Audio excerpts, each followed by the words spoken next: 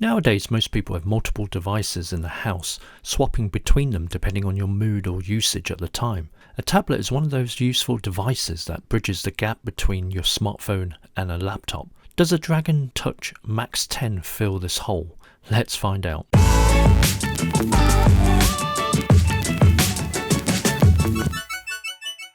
The Max10 is made of smooth black plastic with rounded corners.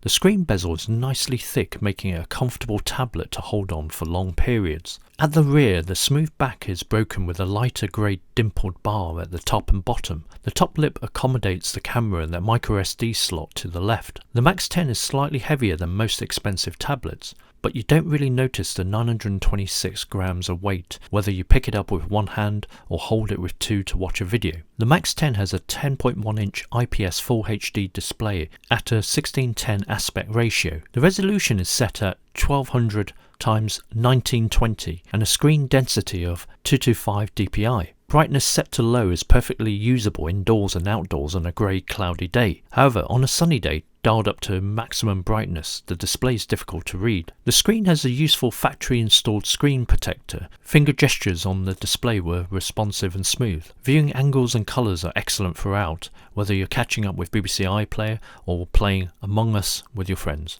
On the right you find a headphone jack, power button, volume rocker and a reset pinhole. On the top we have a USB Type-C port which doubles up to charge the Max10. Slide open a plastic flap to reveal the microSD card reader for additional storage. At the bottom is where the speakers are positioned. Wireless connectivity is taken care of with the dual band Wi-Fi 2.4 GHz and 5 GHz that supports 802.11 AC. It also has GPS built in and Bluetooth 4.2. During testing, the Wi-Fi strength signal was excellent even from a couple of rooms away. Similarly, connecting a Bluetooth headset and listening to streaming music was reliable. The dual 1-watt speakers are located along the bottom edge of the Max10, not the best place to position them. Sound is average and muted unless you increase the volume to 40%. It does get quite loud at maximum levels, but the audio begins to distort from the weakly powered speakers.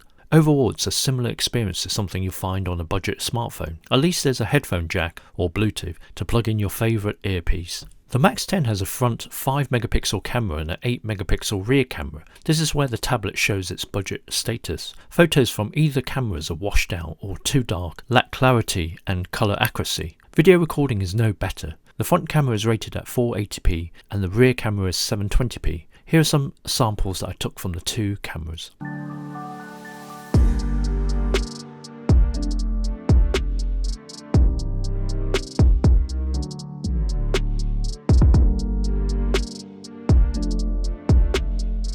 The Dragon Touch Max10 tablet has an ARM Cortex-A55 octa-core processor running at 1.6 GHz. This review model has 3 GB of RAM and 32 GB of storage. The hardware specs are more than capable of handling day-to-day tasks like web browsing, Gmail, music streaming with Spotify, catching up on TikTok, and using office apps like Word or Excel. With COVID lockdown, you can happily catch up with family on Zoom or Chromecast a movie from Disney+.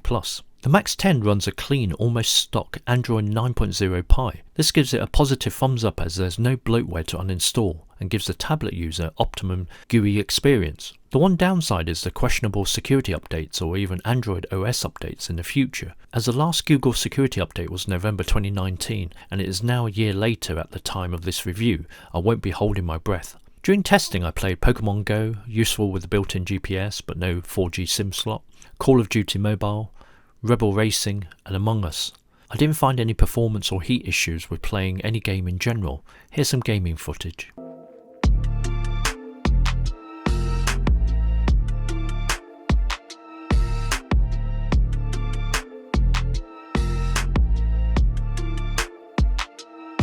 Of course, there's the recent world of cloud gaming that you can use the Max10 with. No need for top-end graphical power on the tablet as all the processing is done at the data center. Xbox Game Pass and Google Stadia to name two. Plug in your headphones and connect a Bluetooth controller. Away you go. The Max10 has a 5000 mAh battery. With the lowest brightness set, you can get around 8 hours battery life with the mixture of browsing, streaming and gaming. On maximum brightness, expect around 4 hours. Charging from 0 to 100% takes around 3 hours. 3 pros and cons of the Dragon Touch Max10 tablet.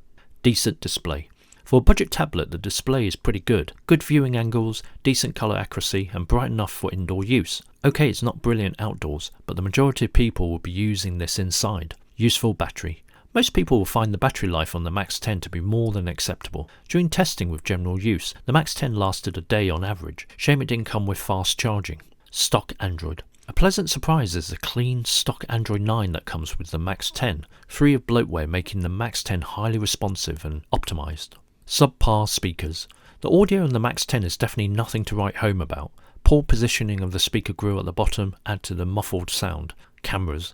Another weak point of the Max10. The front and rear cameras perform badly. In the right lighting conditions, the images come out washed out and colour accuracy is poor. To add to this, the camera app is not intuitive.